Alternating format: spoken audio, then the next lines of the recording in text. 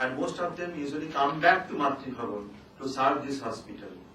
Since 1984, free handicraft and tailoring classes for adult girls are also held to help them learn and earn. That's why Matri Bhavan does work not only for health services, they also give training to educated girls. They also try to help poor women of the locality so that they can be rehabilitated, so that they can get some space in the society. And all these things are done at the behest of Matri Bhavan. Since 1975, the hospital had started receiving regular grants, donations, and interests from the Permanent Endowment Fund. It is now recognized as a state-aided hospital.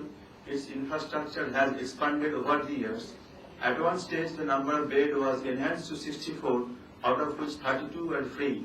Now, from a humble origin, Matri Bhavan has emerged as a modern 100-bedded medical center with 80 obstetrics and gynae beds and 20 neonatal beds, providing health care to poor and middle-class urban mothers and children, and promoting the concept of safe motherhood among the underprivileged families.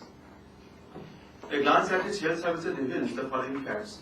The hospital runs indoor and outdoor departments, baby clinic, nurses' quarters, monastic quarters, welfare schemes for the poor, relief works and sevika training. In order to give services to the local society, local community, the Matri Bhavan at present intervenes in the field of health, education and community development. Matri Bhavan in 2005 and 6 has conducted a baseline survey of the socio-economic conditions of 6 nearby slums with the approval of Shastra Bhavan government of West Bengal. The survey revealed alarming characteristics that most of the women are illiterate. There is a clear picture of early marriage and early pregnancy. 30% women still are not using any method of contraception. About 8% deliveries are still done at home.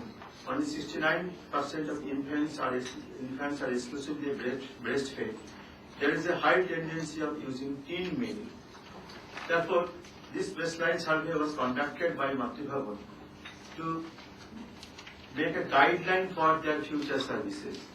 Findings of the survey have prompted Matri Bhavan to undertake several community services. They are distribution of free health card among the slum dwellers, house-to-house awareness campaign on health and hygiene, distribution of medicine free of cost sponsored by a city-based NGO, eye camp and medical camp for women and children.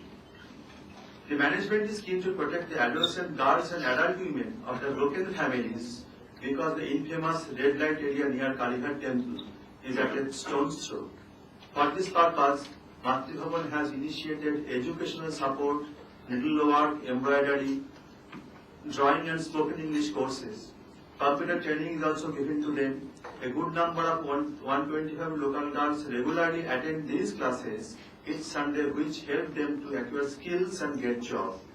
It also runs a Sahayika Sevika course for local girls who can find the job of assistant nurse.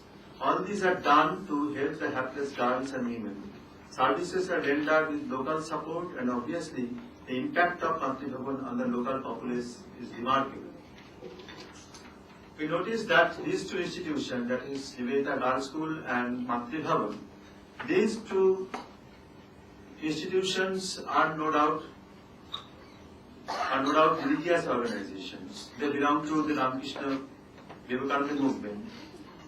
And unlike other Hindu organizations, the two key institutions, Ramakrishna Sharada Mission, do not narrow down their words to practicing the canons of spirituality.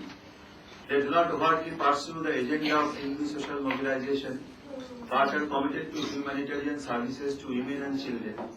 They do not subscribe to nation building on religious line, but committed to Vedantic and Neo-Vedantic vision, knowing the self, and the self is known by working for the poor's retrieval from distress.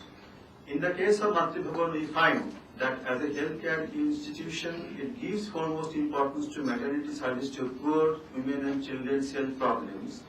Besides vocational training for women, educational and nutritional needs of poor children,